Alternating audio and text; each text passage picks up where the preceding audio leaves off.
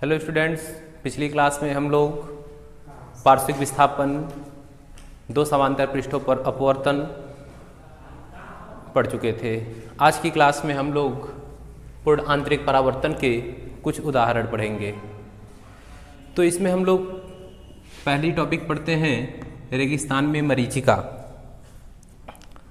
तो सबसे पहले तो हम जान लें कि मरीचिका होती क्या है। कहा जाता है कि रेगिस्तान में गर्मियों के दिनों में रेत के स्थान पर जल होने का भ्रम दिखाई देता है। तो रेत के स्थान पर जल होने का जो भ्रम होता है वही मरीचिका कहलाती है। तो रेगिस्तान में मरीचिका होती कैसे है? रेगिस्तान में गर्मियों के दिनों में सूर्य से आने वाले प्रकाश के कारण रेत की जो ऊपरी सतह होती है वो गर्म हो जाती है। जब रेत के ऊपरी सतह की जो वायु होती है वह गर्म हो जाती है और उसके ऊपर की जो सतह होती है वो ठंडी रहती है। तो नीचे की सतह गर्म और ऊपर की सतह ठंडी होने का मतलब है कि रेत के ऊपर विरल माध्यम हो जाता है और विरल माध्यम के ऊपर सघन माध्यम हो जाता है। प्रकाश स्रोत से जब प्रकाश आता है तो जब वह सघन माध्यम पर आपतित होता है तो जो आपतन कोण होता है वो क्रांतिक कोण के मान से अधिक होता है। और हम लोग जानते हैं कि जब प्रकाश की किरण सघन माध्यम से विरल माध्यम में आती है और आपतन कोण का मान क्रांतिक कोण से अधिक होता है तो प्रकाश की किरण अपवर्तित नहीं होती है, वह पुनः उसी माध्यम में वापस लौट जाती है। तो वहाँ पर अपवर्तन की घटना न होकर के परावर्तन की घटना होती है और वही घटना पूर्ण आंतरिक परावर्तन कहलाती है।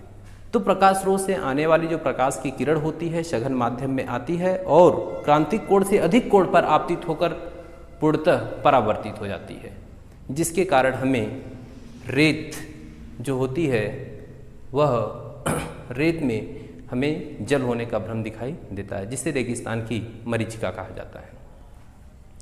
दूसरा उदाहरण पढ़ा जाता है इसमें जल में पड़ी परखनली का चमकीला दिखाई देना। कोई बीकर ले लेते हैं, बीकर में पानी भरा होता है और उस पानी में हम कोई एक परखनली डालते हैं।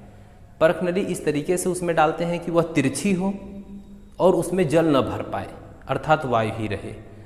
और आने वाला जो प्रकाश होता है जब वो जल पर आपतित होता है तो जल पर आपतित जल में प्रवेश किया, जल के बाद वो कांच में जाता, लेकिन जल एक सघन माध्यम का कार्य करता है और परखनली में उपस्थित वायु विरल माध्यम का कार्य करती है। तो उस पे जो परावर्तित प्रकाश होता है, जो उस पे प्रकाश की किरण आपतित होती है, उसका जो आपतन कोण होता है वहाँ पर भी क्रांतिक कोण से अधिक हो जाता है।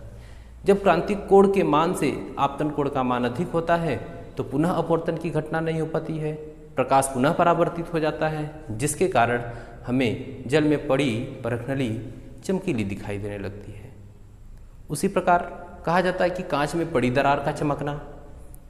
तो इसमें भी वही बात होती है कि जब कांच में दरारें पड़ती हैं या जब कोई कांच चटक जाता है तो उसके बीच पतली परत की वायु आ जाती है। प्रकाश की किरण कांच से होते हुए वायु में प्रवेश तो करती, लेकिन जो आपतन कोण होता है यानी कि आपतित प्रकाश का जो आपतन कोण होता है वह भी क्रांतिक कोण से अधिक हो जाता है।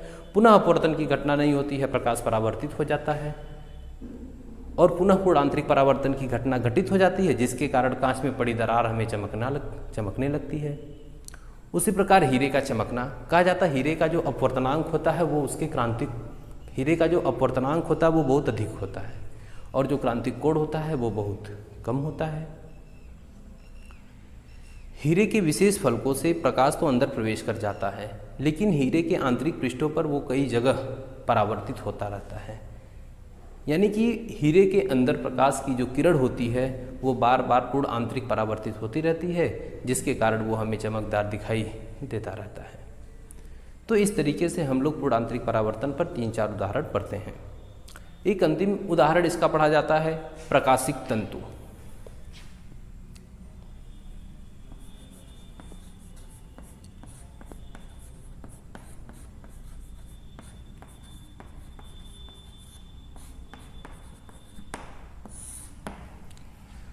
प्रकाशिक तंतु। कहा जाता है कि प्रकाशिक तंतु पूर्ण आंतरिक परावर्तन पर आधारित एक ऐसी युक्ति है जिसकी सहायता से किसी सिग्नल को एक स्थान से दूसरे स्थान तक बिना ऊर्जा ह्रास के भेजा जा सकता है।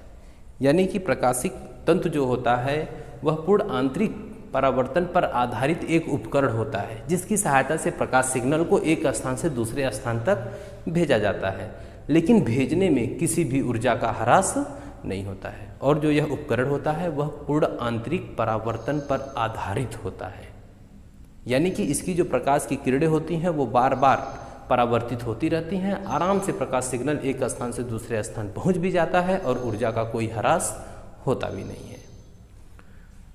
इसके बाद हम लोगों को पढ़ना है अपवर्तनांक तथा क्रांतिक कोण में संबंध।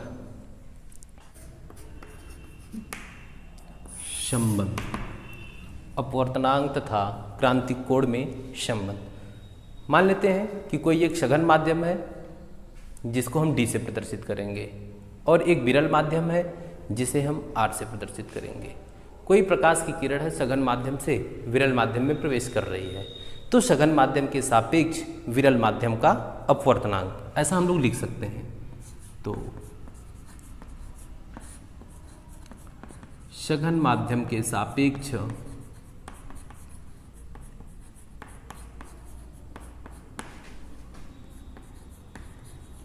विरल माध्यम का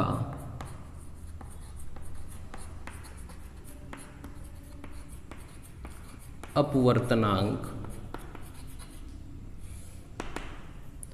सघन माध्यम को हम लोग D से दिखाते हैं, तो DNR इक्वल टू क्या होता है, आपतन कोण कीजिए, आपतन कोण को मान लेता हूँ I है, तो साइन I अपान अपवर्तन कोण कीजिए sine R। DNR equal to sine I upon sine R, इसे मैं मान लेता हूँ समीकरण 1 है। क्रांतिक कोण में संबंध निकालना है, इसीलिए यदि आपतन कोण जिसे हम लोग I से रिप्रेजेंट करते हैं, I ये बराबर है क्रांतिक कोण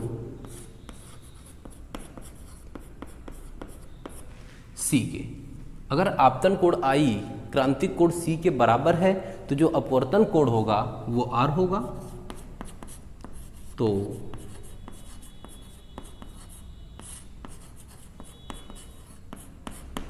अपवर्तन कोण R बराबर 90 अंश। तो हम लोग समीकरण 1 से क्या लिख सकते हैं, समीकरण 1 से सघन माध्यम के सापेक्ष विरल माध्यम का अपवर्तनांक यानी कि DNR equal to sine I के स्थान पे क्या लिखना है, sine C upon sine R के स्थान पे क्या लिखना है 90। तो ये हो जाएगा DNR equal to sine C upon 1, यानी कि लिखा जा सकता है DNR equal to sine C। अब हम लोग क्या जानते हैं, अपवर्तनांकों के बीच संबंध हम लोग पढ़े हैं। हम जानते हैं DNR इक्वल टू हम लोग लिख सकते हैं 1 अपान RND, 1 अपान RND, यानी कि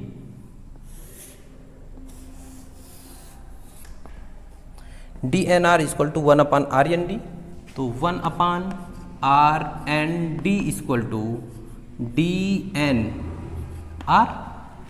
तो DNR की मैं वैल्यू लिख देता हूँ, DNR की वैल्यू, तो DNR की वैल्यू क्या है, साइन C है। तो 1 upon RND equal to DNR की वैल्यू साइन C। अगर मैं इसका उल्टा करूं, 1 अपान RND है, अगर मैं इसका उल्टा करूंगा तो इसका भी उल्टा होगा, यानी कि ये हो जाएगा RND बराबर, तो इसका उल्टा करेंगे अगर आप तो 1 अपान साइन C। तो 1 अपान साइन C आप कहिए, या इसी को हम लोग लिख सकते हैं RND equal to 1 upon sine C को लिखा जाता है कोसेक C। तो जो प्रकाश की किरण है वो विरल माध्यम से सघन माध्यम में प्रवेश कर रही है और ये C जो है उसका क्रांतिक कोण है। तो विरल माध्यम के सापेक्ष सघन माध्यम का अपवर्तनांक यानी कि ये n हो गया और ये C क्रांतिक कोण हो गया, अर्थात अपवर्तनांक तथा क्रांतिक कोण में संबंध। तो इसे आप नोट कर लीजिए। इसी टॉपिक के साथ अपवर्तनांक का पूरा मैटर कंप्लीट होता है। अब अपवर्तनांक में कोई ऐसी टॉपिक नहीं बची है जो हम लोगों को पढ़ना है। इसके बाद अब हम लोग एक नई टॉपिक शुरू करेंगे, लेंस।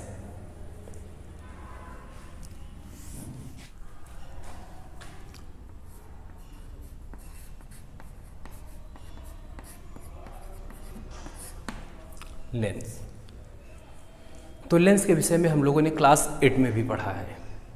क्या जानते हैं लेंस के विषय में? कहा जाता है कि दो वक्र पृष्ठों या एक वक्र पृष्ठ और एक समतल पृष्ठ से घिरा हुआ समांग पारदर्शी माध्यम लेंस कहलाता है। यानी कि जो लेंस होता है वह दो वक्र पृष्ठों से भी मिलकर बन सकता है और एक वक्र पृष्ठ और एक समतल पृष्ठ से भी मिलकर बन सकता है।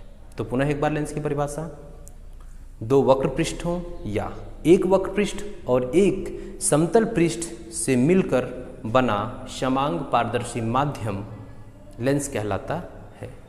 अब जो ये लेंस होता है, लेंस दो प्रकार का होता है। लेंस जो है ये दो प्रकार का होता है। एक होता है उत्तल लेंस,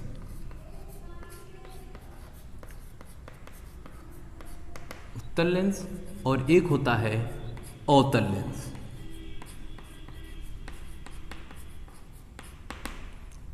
एक उत्तल लेंस और दूसरा अवतल लेंस। तो उत्तल लेंस क्या होता है? कहा जाता है कि वह लेंस जो बीच में मोटा और किनारे पर पतला होता है, वह लेंस जो बीच में मोटा और किनारे पर पतला होता है उत्तल लेंस कहलाता है।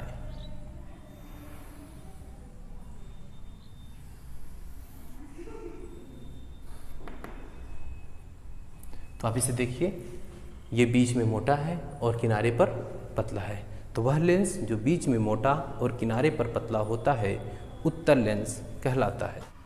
इसके बाद होता है दूसरा अवतल लेंस। अवतल लेंस में कहा जाता है वह लेंस जो बीच में पतला और किनारे पर मोटा होता है। देखा जाए,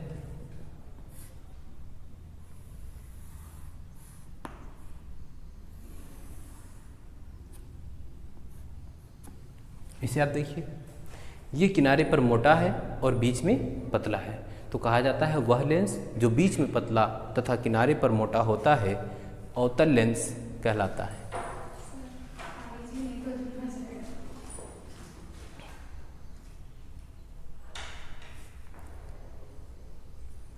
दूसरा होता है अवतल लेंस। तो इसमें हम लोग जानते हैं कि वह लेंस जो बीच में पतला तथा किनारे पर मोटा होता है अवतल लेंस कहलाता है।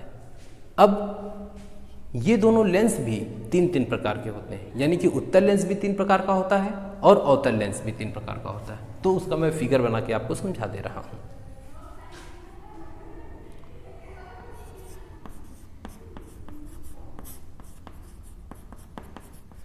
तो अभी मैंने आपको बताया कि जो उत्तल लेंस होता है और अवतल लेंस, ये दोनों लेंस तीन तीन प्रकार के होते हैं। तो ये मैंने उत्तल लेंस के तीनों प्रकार का फिगर बनाया है, इसे हम लोग समझ लेते हैं।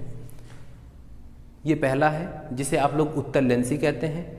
इसका नाम है उभयोत्तल या द्विउत्तल लेंस। इसकी जो दोनों सतहें होती हैं वो उत्तल होती हैं।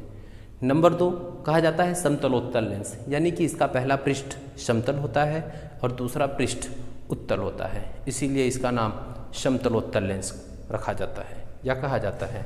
तीसरा होता है अवतलोत्तल लेंस। अवतलोत्तल लेंस में इसका पहला पृष्ठ अवतल होता है और दूसरा पृष्ठ उत्तल होता है। तीसरा प्रकार जो है वो अवतलोत्तल हो जाता है। इसी प्रकार जो अवतल लेंस होता है वो भी तीन प्रकार का होता है।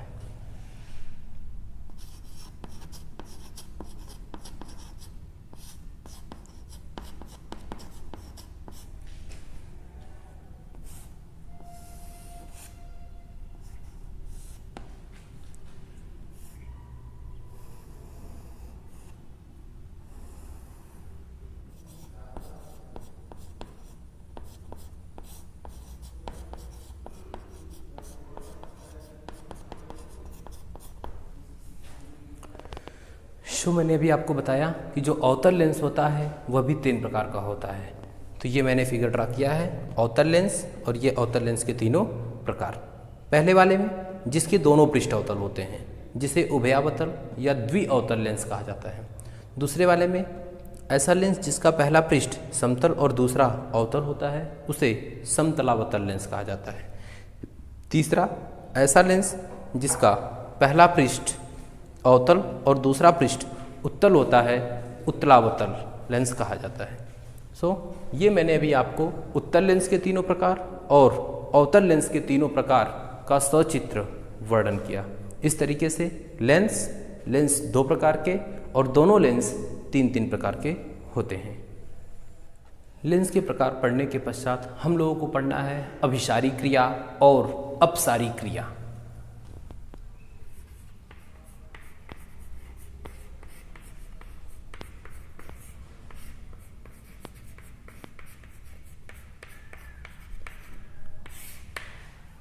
अभिसारी क्रिया कहा जाता है कि लेंस द्वारा प्रकाश किरणों को एकत्रित करने की जो क्रिया होती है अभिसारी क्रिया कहलाती है। यानी कि प्रकाश के आने के पथ में कोई लेंस रख दिया जाए और वह लेंस प्रकाश किरण को क्या करे, किसी एक बिंदु पर एकत्रित कर दे। तो लेंस द्वारा प्रकाश किरण को एक बिंदु पर एकत्रित करने की जो क्रिया होती है वही अभिसारी क्रिया कहलाती है। दूसरा अपसारी क्रिया।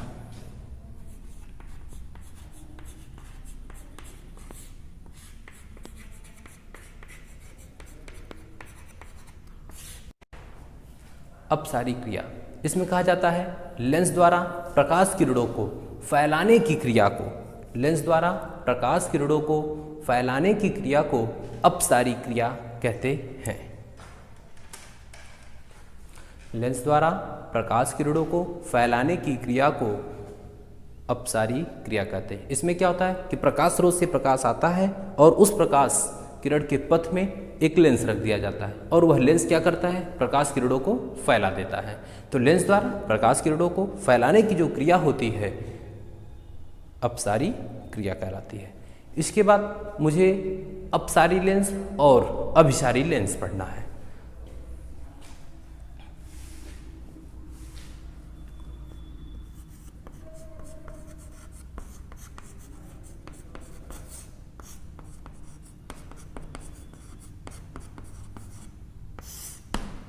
सारी लेंस ये मैंने लिख दिया है। हम लोगों को अभिसारी लेंस और अपसारी लेंस पढ़ना है। कहा जाता है कि उत्तल लेंस पर पड़ने वाली जो समांतर किरणें होती हैं वो अपवर्तन के पश्चात एक बिंदु पर केंद्रित हो जाती हैं। फिर से एक बार, उत्तल लेंस पर पड़ने वाली प्रकाश की जो समांतर किरणें होती हैं वह अपवर्तन के पश्चात किसी एक बिंदु पर केंद्रित हो जाती हैं। केंद्रित होने का मतलब वो प्रकाश किरणों को एक बिंदु पर एकत्रित कर रहा है। तो प्रकाश किरणों को एक बिंदु पर एकत्रित होने की जो क्रिया होती है वो अपसारी क्रिया, और ऐसा जिस लेंस के द्वारा होता है उसे अभिसारी लेंस। तो ये क्रिया उत्तल लेंस के द्वारा हो रहा है, इसीलिए उत्तल लेंस को अभिसारी लेंस कहा जाता है। दूसरा अपसारी लेंस।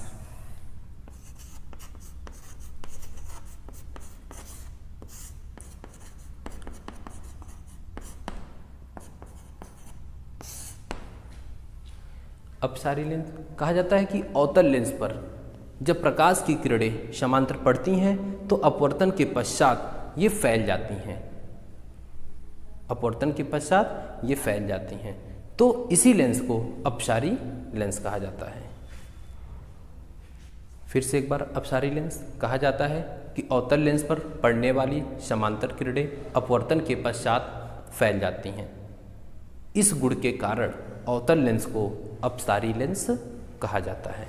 ठीक, यानी कि अवतल लेंस पर जब कोई प्रकाश की किरण समांतर डाली जाती है तो अपवर्तन के कारण वो प्रकाश की किरण फैल जाती है। तो फैलने वाले गुण के कारण ही अवतल लेंस को अपसारी लेंस कहा जाता है। सेम उसी प्रकार जब उत्तल लेंस पर प्रकाश की किरणें पड़ती हैं तो अपवर्तन के पश्चात वो एक बिंदु पर केंद्रित हो जाती हैं। इसी गुण के कारण उत्तल लेंस को अभिसारी लेंस कहा जाता है। तो उत्तल लेंस प्रकाश किरणों को एक बिंदु पर केंद्रित करने का कार्य करता है जिसे अभिसारी लेंस कहा जाता है। अवतल लेंस प्रकाश किरणों को फैलाने का काम करता है जिसके कारण इसे अपसारी लेंस कहा जाता है।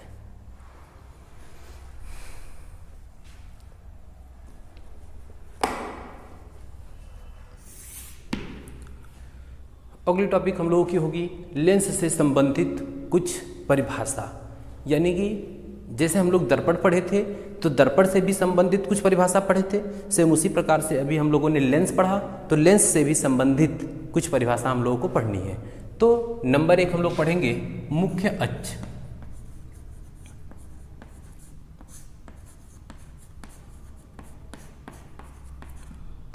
मुख्य अक्ष, अब हम लोग तो लेंस बनाना जानते ही हैं और ये भी जानते हैं कि जो लेंस होता है उसके 2 पृष्ठ होते हैं।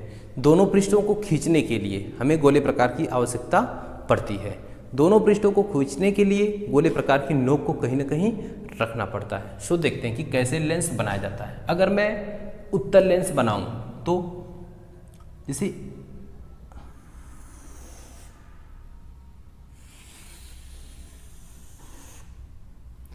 ये मैंने एक पृष्ठ इसका बनाया, तो इस पृष्ठ को बनाने के लिए मैंने गोले प्रकार की नोक को यहाँ रखा। सो इसका दूसरा पृष्ठ बनाने के लिए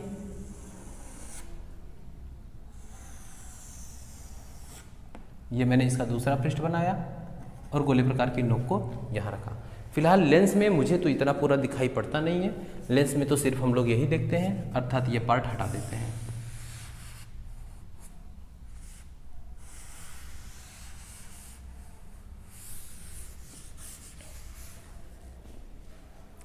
ठीक, अर्थात लेंस के इन दोनों पृष्ठों को खींचने के लिए गोले प्रकार की नोक को हम जहां रखे थे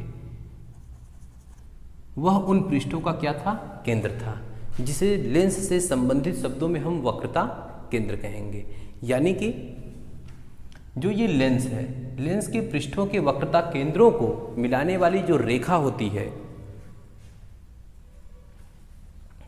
फिर से एक बार, लेंस के दोनों गोलीय पृष्ठों के वक्रता केंद्रों को मिलाने वाली जो सरल रेखा होती है वही लेंस का मुख्य अक्ष कहलाती है। तो ये दोनों वक्रता केंद्र हैं, इसी को मिला देते हैं। फिर से एक बार, लेंस के दोनों गोलीय पृष्ठों के वक्रता केंद्रों को मिलाने वाली सरल रेखा को मुख्य अक्ष कहते हैं। ओके, ये पहली परिभाषा हो गई। दूसरी परिभाषा हम लोग पढ़ेंगे प्रकाशिक केंद्र।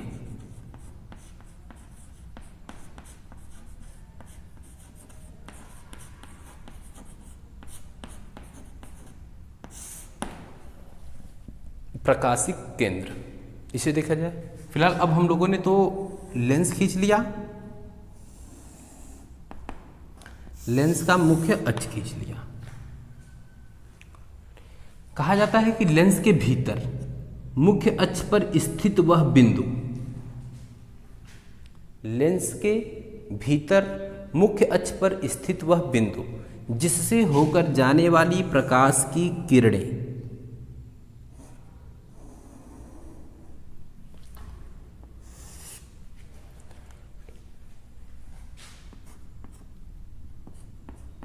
लेंस के भीतर मुख्य अक्ष पर स्थित वह बिंदु जिससे होकर जाने वाली प्रकाश की किरणें अपवर्तन के पश्चात आपतित किरण के समांतर हो जाती हैं, लेंस का प्रकाशिक केंद्र कहलाता है। यानी कि ये आपतित किरण के समांतर होती हैं, ये विचलित होने के पश्चात होती हैं, विचलित होने के पश्चात। यानी कि प्रकाश की किरण जो जा रही थी, जाने का मार्ग तो इसका ये था, लेकिन ये यहाँ से जाती है। यानी कि जो लेंस था वो मोटा था, तो विचलन की जो क्रिया होती है, लेंस में विचलन की जो क्रिया होती है, यह मोटे लेंसों में होती है, यह मोटे लेंसों में होती है। तो फिर से एक बार, लेंस के भीतर मुख्य अक्ष पर स्थित वह बिंदु जहाँ से होकर जाने वाली प्रकाश की किरण विचलन के पश्चात आपतित किरण के समांतर हो जाती है, लेंस का प्रकाशिक केंद्र कहलाता है। तो ये घटना मोटे लेंसों में होती है। तो मैं यहां लिख दे रहा हूं,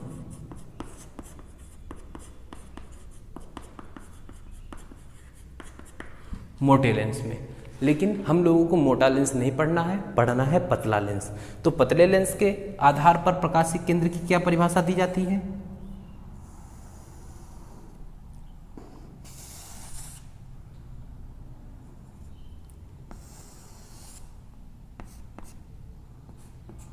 कहा जाता है लेंस के भीतर मुख्य अक्ष पर स्थित वह बिंदु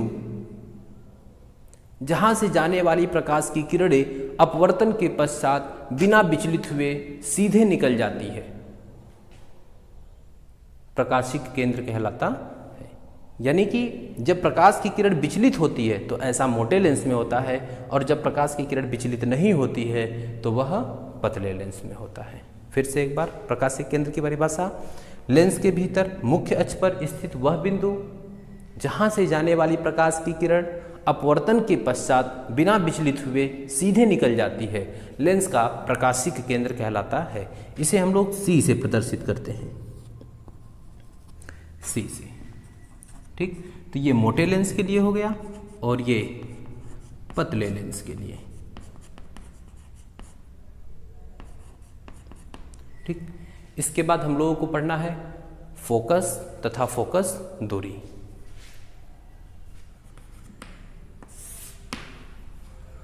फोकस तथा फोकस दूरी, लेंस में दो फोकस होते हैं और दो फोकस दूरियां होती हैं। लेंस में दो फोकस होते हैं और दो फोकस दूरियां होती हैं, जिसे मुख्यतः प्रथम मुख्य फोकस और द्वितीय मुख्य फोकस, प्रथम मुख्य फोकस में प्रथम फोकस दूरी और द्वितीय मुख्य फोकस में द्वितीय फोकस दूरी को भी पढ़ा जाता है।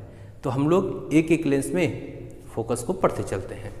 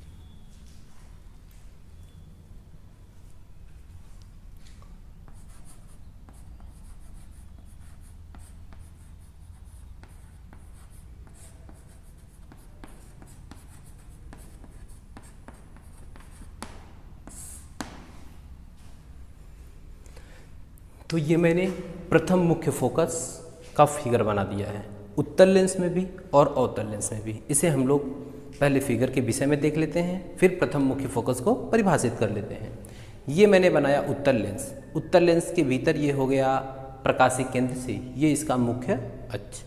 ये अवतल लेंस, इसका ये प्रकाशिक केंद्र सी और ये उसका मुख्य अक्ष। परिभाषित कैसे करते हैं? कहा जाता है कि लेंस के मुख्य अक्ष पर स्थित वह बिंदु जिससे चलने वाली प्रकाश की किरण, तो ये लेंस का ये मुख्य अक्ष और उस पर स्थित ये बिंदु, यहां से प्रकाश की किरण चल रही है। कहां? उत्तल लेंस में। या फिर से एक बार, लेंस के मुख्य अक्ष पर स्थित वह बिंदु जिससे चलने वाली प्रकाश की किरण, किस लेंस में? उत्तल लेंस में। या लेंस के मुख्य अक्ष पर स्थित वह बिंदु जिसकी ओर निर्देशित प्रकाश की किरण, किस लेंस में? अवतल लेंस में अपवर्तन के पश्चात मुख्य अक्ष के समांतर हो जाती है, लेंस का प्रथम मुख्य फोकस कहलाता है। फिर से एक बार सुनेंगे, या इसे मैं अपनी शब्दों में समझाता हूं कि कैसे इसे कह रहे हैं। ये मुख्य अक्ष था, इससे प्रकाश की किरण चल रही है और यहाँ पर अपवर्तन की घटना घटित होती है, यानी अपवर्तन के पश्चात मुख्य अक्ष के समांतर हो गई। इसमें प्रकाश की किरण मुख्य अक्ष से चली नहीं थी, मुख्य अक्ष की ओर जा रही थी, मुख्य अक्ष पर किसी निश्चित बिंदु की ओर जा रही थी, लेकिन उस बिंदु पर पहुंचती उसके पहले ही मिल जाता है अवतल लेंस, और वह प्रकाश की किरण को कर क्या देता है, अपवर्तित। अपवर्तित होने के पश्चात प्रकाश की किरण हो कैसी जाती है, मुख्य अक्ष के समांतर।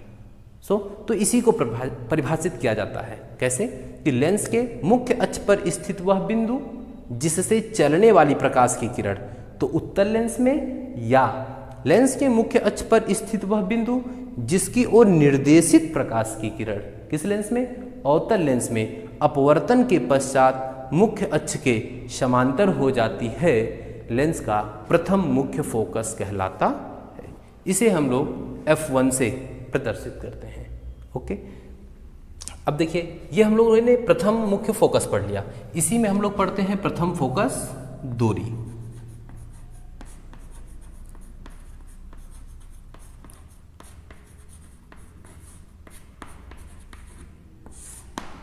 प्रथम फोकस दूरी कहा जाता है कि लेंस के प्रथम फोकस और प्रकाशिक केंद्र के बीच की दूरी को प्रथम फोकस दूरी कहते हैं। लेंस के प्रथम फोकस और प्रकाशिक केंद्र के बीच की दूरी को प्रथम फोकस दूरी कहते हैं। तो ये उत्तल लेंस के लिए हो गया और ये अवतल लेंस के लिए। प्रथम मुख्य फोकस की परिभाषा दोनों लेंसों के लिए अलग अलग, लेकिन प्रथम फोकस दूरी की परिभाषा दोनों लेंसों के लिए सेम। इसी में पढ़ा जाता है प्रथम फोकस तल। प्रथम फोकस तल कहा जाता है कि प्रथम फोकस से खींचे गए ऊर्ध्वाधर तल को, प्रथम फोकस से खींचे गए ऊर्ध्वाधर तल को प्रथम फोकस तल कहते हैं। तो यहां भी प्रथम फोकस से खींचे गए ऊर्ध्वाधर तल को प्रथम फोकस तल कहते हैं।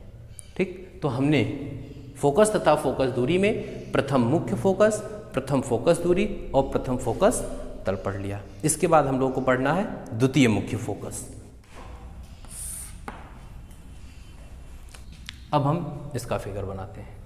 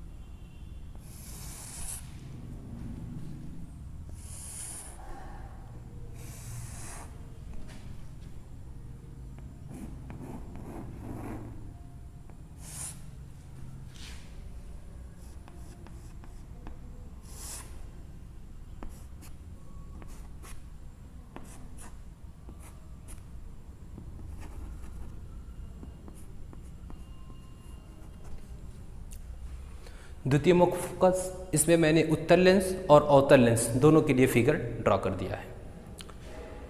तो क्या कहते हैं, मुख्य अक्ष के समांतर चलने वाली प्रकाश की किरण, मुख्य अक्ष के समांतर चलने वाली प्रकाश की किरण अपवर्तन के पश्चात मुख्य अक्ष के जिस बिंदु से होकर जाती है उसे लेंस का द्वितीय मुख्य फोकस कहते हैं। ऐसा किसमें होता है, उत्तल लेंस में। अवतल लेंस के लिए क्या कहते हैं, लेंस के मुख्य अक्ष के समांतर चलने वाली प्रकाश की किरण अपवर्तन के पश्चात मुख्य अक्ष के जिस बिंदु से आती हुई प्रतीत होती है उसे लेंस का द्वितीय मुख्य फोकस कहते हैं। अगर आप एक ही में लिखना चाहते हैं तो लेंस के मुख्य अक्ष के समांतर चलने वाली प्रकाश की किरण अपवर्तन के पश्चात मुख्य अक्ष के जिस बिंदु से होकर जाती है उत्तल लेंस में, या मुख्य अक्ष के जिस बिंदु से आती हुई प्रतीत होती है अवतल लेंस में, उसे लेंस का द्वितीय मुख्य फोकस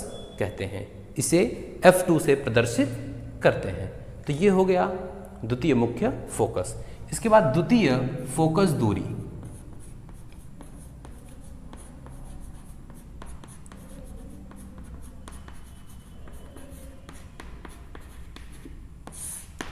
द्वितीय फोकस दूरी कहा जाता है लेंस के प्रकाशिक केंद्र C और द्वितीय फोकस F2 के बीच की दूरी को द्वितीय फोकस दूरी कहते हैं। तो ये उत्तल लेंस में हो गया और ये अवतल लेंस में हो गया। ठीक, अवतल लेंस में भी वही कि लेंस के द्वितीय मुख्य फोकस और प्रकाशिक केंद्र C के बीच की दूरी को द्वितीय फोकस दूरी कहते हैं। अगर द्वितीय फोकस तल की बात करें तो द्वितीय मुख्य फोकस से खींचे गए ऊर्ध्वाधर तल को, लेंस के द्वितीय मुख्य फोकस से खींचे गए ऊर्ध्वाधर तल को द्वितीय फोकस तल कहते हैं। नोट हम लोग यहां जानते हैं, लेंस में जो द्वितीय फोकस होता है और जो द्वितीय फोकस दूरी होती है, इसी को लेंस का मुख्य फोकस और मुख्य फोकस दूरी कहा जाता है। यानी कि इसमें इसी का मेन रोल रहेगा। ठीक है, मुख्य रोल इसी का होगा। इसके बाद हम लोगों को पढ़ना है लेंस द्वारा प्रतिबिंब बनाने के नियम। इसे हम लोग अगली क्लास में पढ़ेंगे।